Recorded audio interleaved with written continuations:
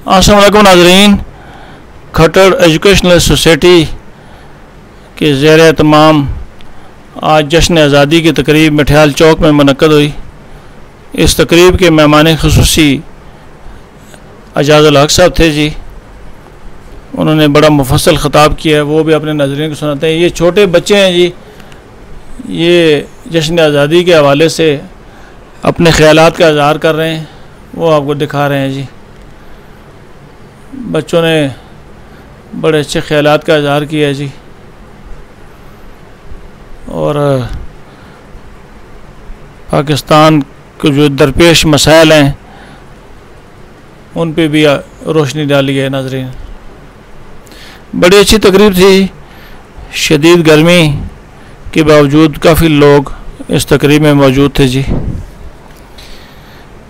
मौलाना समीउल हक के साहबजादे खज़मिया समीउल हक साहब भी इस तकरीब में मेहमान थे जी। ये नाज़रीन देखिए, बड़ी तादाद में लोग मौजूद हैं। SHO साहब भी बैठे हैं जी, हयात ख़ान न्याज़ी साहब, वो भी इस तकरीब में आए। ख़वातीन की बड़ी तादाद है नाज़रीन, इस प्रोग्राम में शरीक है जी। टीचर्स हैं, तालबात हैं, उनके वालिदैन हैं। शदीद गर्मी में ये भी इस तकरीब में मौजूद हैं।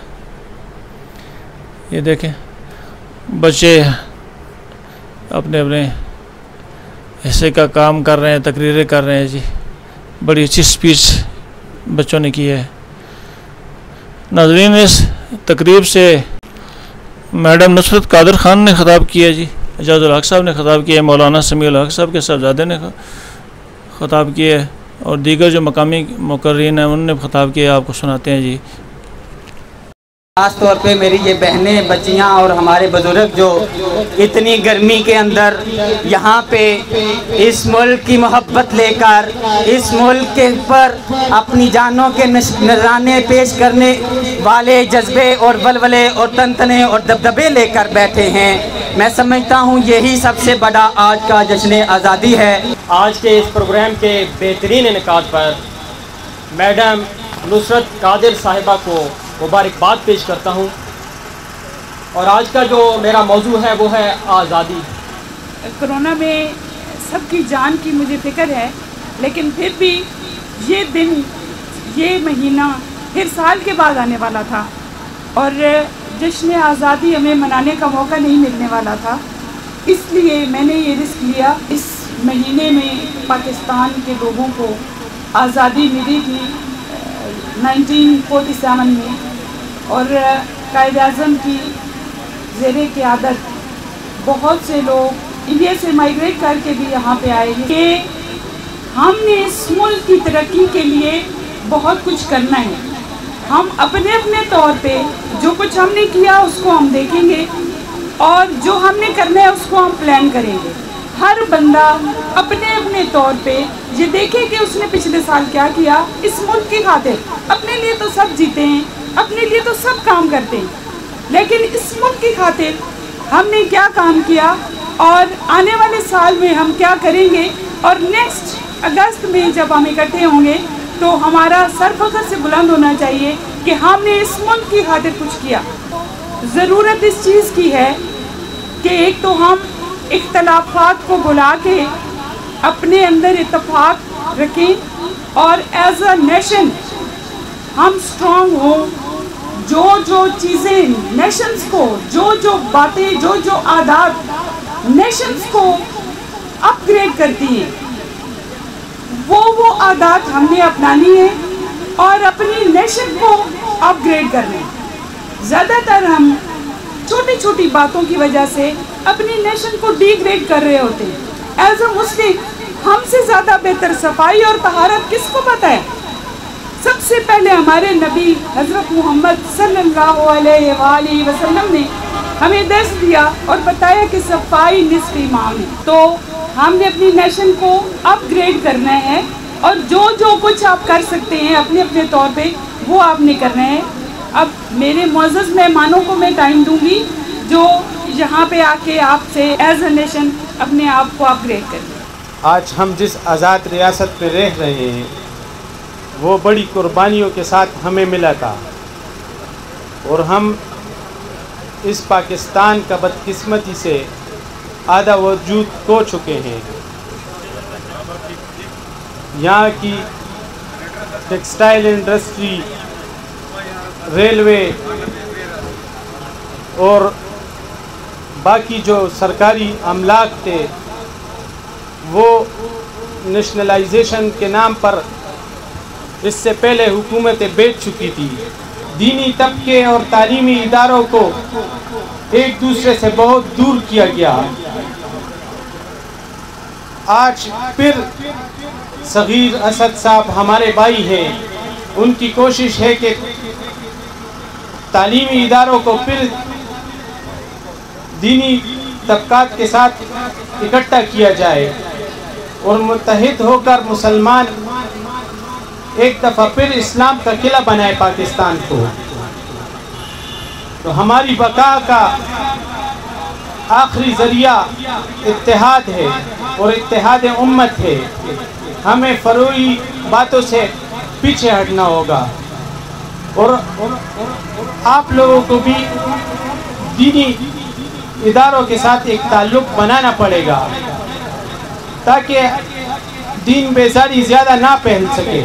आजकल आप देखते हैं कि कभी औरत मार्च के नाम पर बेहयाई आ रही है, कभी क्या कोई कानून पास होता है, हमारे नामूस रिसालत पर हाथ डाला जा रहा है, पड़ोस में जिहाद को गाली बना दिया गया है। तो हम सबको मुत्तहिद होकर और आपसे भी गुजारिश है कि दीनी तबके से ताल्लुक़ रख कर और इत्तेहाद की सूरत में पाकिस्तान की बगाह की कोशिश करें। तो हम सगीर असद साहब को और इनके साथ इनकी टीम को हम इनको सलाम पेश करते हैं कि वो हमेशा जब भी एक खला बनता है तो एक कुल का किरदार अदा कर रहे हैं और हम सबको बार बार इकट्ठा कर रहे हैं, मौका फराहम कर रहे हैं। हमें दोबारा हमारे बड़ों को मौका दिया। हमारे जर्नैल कह रहे हैं कि हमारे नेशनल काज के लिए नहीं है कश्मीर की बका की जंग लड़ना। अब वो पुराना वक्त गुजर चुका है, उसके नतीजे में हमारे पुराने कमांडरों को शहीद किया गया। तो खुदारा आप कश्मीर की आवाज़ भी उठाए, आप फ़लस्तीन की भी आवाज़ उठाए। बेशक आपके बस में नहीं है वहाँ पर जाना, लेकिन जब आप आवाज़ उठाएंगे तो उनके अरबों डॉलर ज़ाया होंगे। वो आपकी आवाज़ दबाना चाहते हैं, आपकी आज़ादी को छीनना चाहते हैं। तो खुदारा मुत्तहिद रहे और इत्तेहाद की कोशिश करें और इस पाकिस्तान की बका की जद्दोजहद के लिए मुत्तहिद हो जाएं। मैडम नुसरत कादिर का और तमाम दोस्तों को, बुज़ुर्गों को, मेरी बहनों को अस्सलाम वालेकुम। मैं सबसे पहले तो शुक्रिया अदा करता हूँ कि जश्न आज़ादी के लिए आज यहाँ मैडम नुसरत ने ये फंक्शन रखा। और अगर इन बच्चों से ये सवाल पूछा जाए कि 14 अगस्त का दिन जिस जोश और जज्बे के साथ आज मनाया जा रहा है और जिस तरह से ये पहले मनाया जाता था, इसकी बुनियाद किसने रखी और इसकी इब्तिदा कब हुई? क्योंकि हमारे नौजवानों को पता ही नहीं कि जश्न आज़ादी किस तरह से मनाने का इनेकाद किया। किसने कहा कि सुबह जब 8 बजे 1 मिनट के लिए खामोशी इख्तियार की जाएगी, चाहे आप जहाज़ में हैं, चाहे आप ट्रेन में हैं, चाहे आप पैदल जा रहे हैं। तो वो जज्बा उजागर करने के लिए, क्योंकि जिन कौमों के अंदर जज्बे ही नहीं है तो उनका तो फिर समझ लें कि वो ज़िंदा है या मरे हुए, उनका पता ही नहीं लगता कि वो कौमें ज़िंदा हैं कि नहीं है। दूसरी बात यह कि 5 अगस्त को हाल ही में आपने देखा होगा कि 2 साल मुकम्मल हुए, हिंदुस्तान ने एक रियासती दहशत गर्दी जो मकबूजा कश्मीर के ऊपर की, जिस तरह से उस पर एक मरतबा फिर कब्ज़ा करने की कोशिश की, लेकिन आज़ादी के लिए जो कुर्बानियाँ देते हैं उनकी शान भी निराली होती है कि बुरहान वानी जैसे नौजवान लड़के जिन्होंने अपनी जानों को कुर्बानी दी और उस आग के अंदर एक मतलब समझ लें कि थोड़ा तेल डालने की कोशिश की, जिसको कि आज एक हिंदुस्तान जो अपने आप को सुपर पावर कहलाता है, जो आजकल एक स्ट्रेटेजिक पार्टनर बना हुआ है अमेरिका का, यानी वो उस पे काबू नहीं कर सका। हर किस्म के हरबे इस्तेमाल कर लिए उन्होंने, लेकिन ये जो नौजवान जो आज़ादी के लिए लड़ रहे हैं, हम उनको देखकर मेरा ख्याल है कि थोड़ा बहुत हमें सबक सीखना चाहिए कि वो माएँ, वो बहनें, वो बाप, वो बुज़ुर्ग जिनके वो नौजवान बच्चे अपनी जानों की कुर्बानियाँ दे रहे हैं, और फिर वो जाते हुए वसीयत क्या करते हैं। कभी इस पे गौर करें आप कि वो जाते हुए क्या वसीयत करते हैं।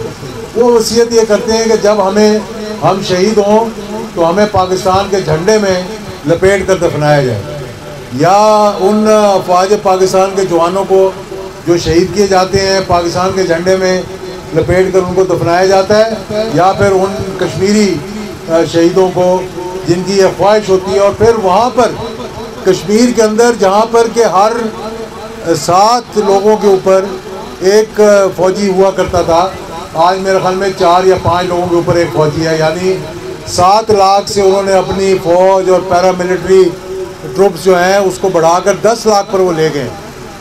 10 लाख हिंदुस्तान के फ़ौजी बंदूकों जिन्होंने उठाई हुई हैं, उनके साए तले अगर कोई जलसा करके पाकिस्तान का झंडा लहराता है तो मेरा ख्याल है उसमें हमसे ज़्यादा जज्बा है, उसमें उसकी कुर्बानी हमसे ज़्यादा कबूल होगी कि वो दुश्मनों के बंदूकों के साए तले जो है वो उठाते हैं। ना सिर्फ खाली चेने बनाकर उस दिन कि हम खड़े हो जाएं कोहाला पुल के ऊपर, बल्कि अपने जज्बात का सही इजहार करना चाहिए, और दुनिया भर में जहाँ जहाँ मुसलमान हैं वहाँ अपनी आवाज़, और जहाँ मुसलमान नहीं है वहाँ भी हमें अपनी आवाज़ जो है वो पहुँचानी चाहिए। दूसरी बात मैं ये कहना चाहता हूँ कि ये मुल्क जो है बड़ी कुर्बानियों के बाद मिला है। मेरा नहीं ख्याल कि हमारी आज की नौजवान नस्ल को ये मालूम है कि हमारे बुज़ुर्गों ने कितनी कुर्बानियाँ दी थी। इस तरह वो अपने घर बार छोड़कर उस कुर्बानी के साथ अपनी जायदादें छोड़कर, अपने जेवर, अपने मोहल्लात छोड़कर कि पाकिस्तान का मतलब क्या, ला इलाहा इल्लल्लाह मोहम्मद रसूलुल्लाह का नारा लगाते हुए पाकिस्तान की तरफ चलना शुरू कर दिया। और जितना हम अल्लाह का शुक्र अदा करें, मैं समझता हूँ कि वो कम है। हम 22 करोड़ अवाम अगर सारी उम्र भी सजदे में पड़े रहें, अल्लाह का शुक्र नहीं अदा कर सकते कि अगर हमें आज़ादी ना मिली होती तो आज हिंदुस्तान में हमारी क्या औकात होती, हमारी क्या हैसियत होती।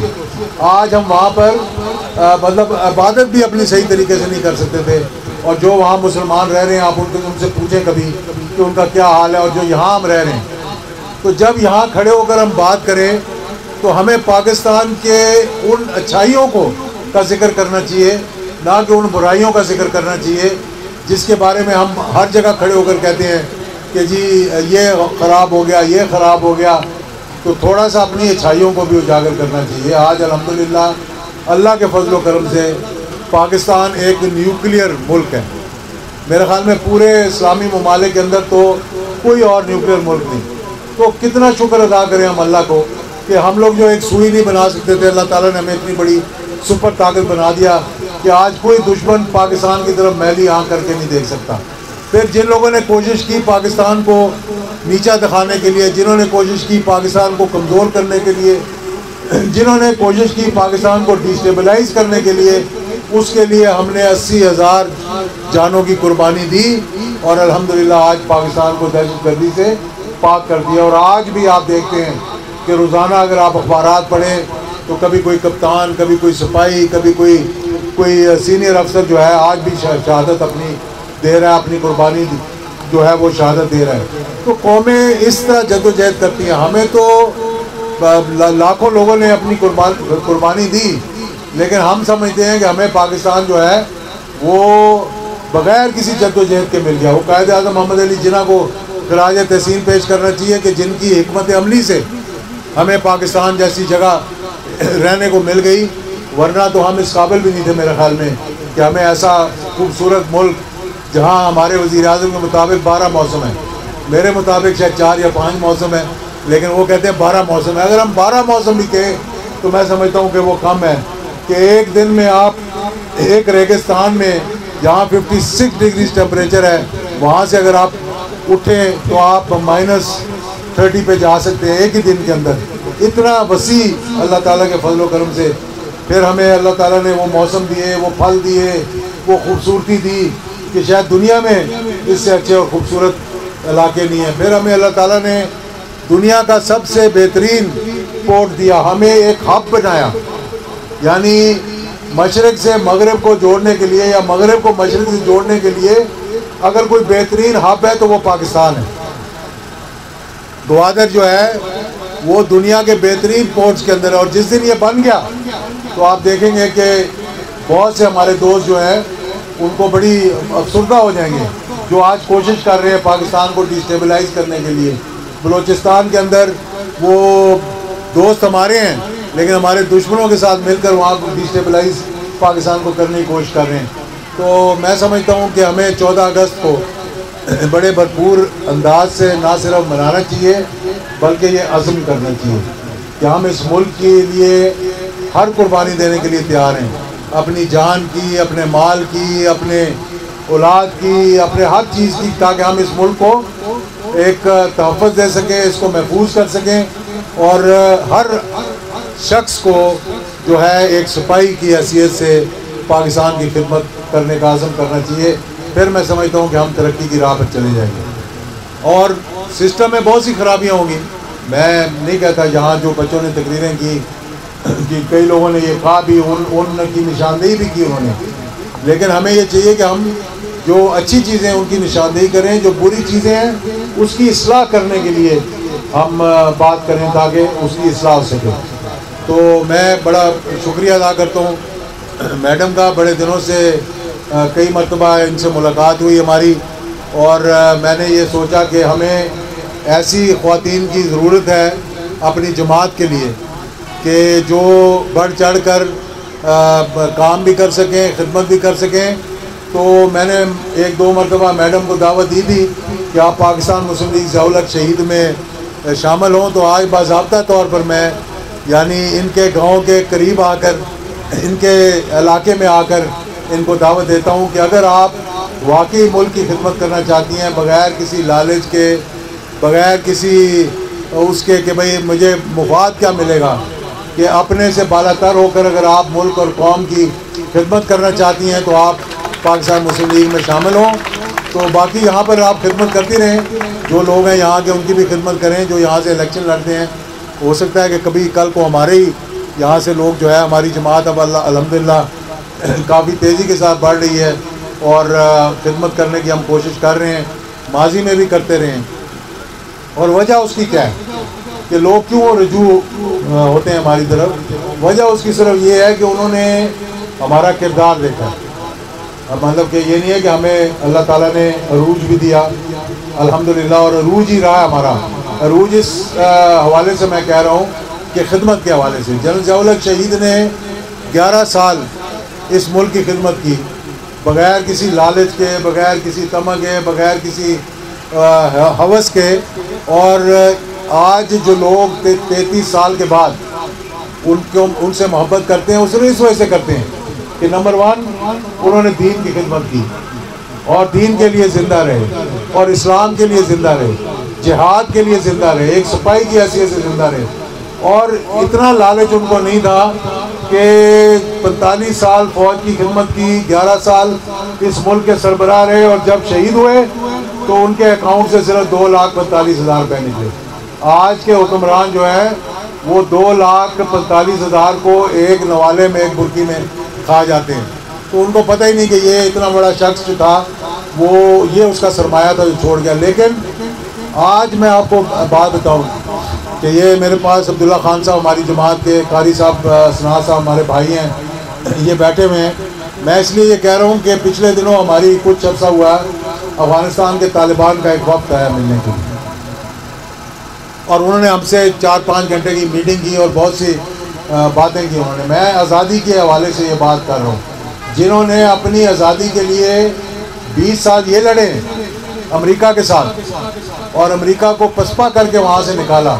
इससे पहले 20 साल और भी जहाद हुआ, 1979 से लेकर तकरीबन 1989 तक, यानी 10 साल वो जद्दोजहद रही जिसमें कि रूस की पसपाई हुई और 15 लाख लोगों ने जाने कुर्बान की पहले, और तकरीबन इतने ही लोगों ने अपनी शहादत और अपनी वतन के लिए जाने कुर्बान की। और आप देखें कि वो मुल्क जिसके पास ना कोई असला है, ना कोई टैंक है, ना उसके पास कोई बख्तरबंद गाड़ियाँ हैं, ना उसके पास कोई मसाइल हैं इतने बड़े, लेकिन सुपर ताकत, पहले एक सुपर ताकत को जिससे दुनिया लड़ती है और फिर दूसरी सुपर ताकत को।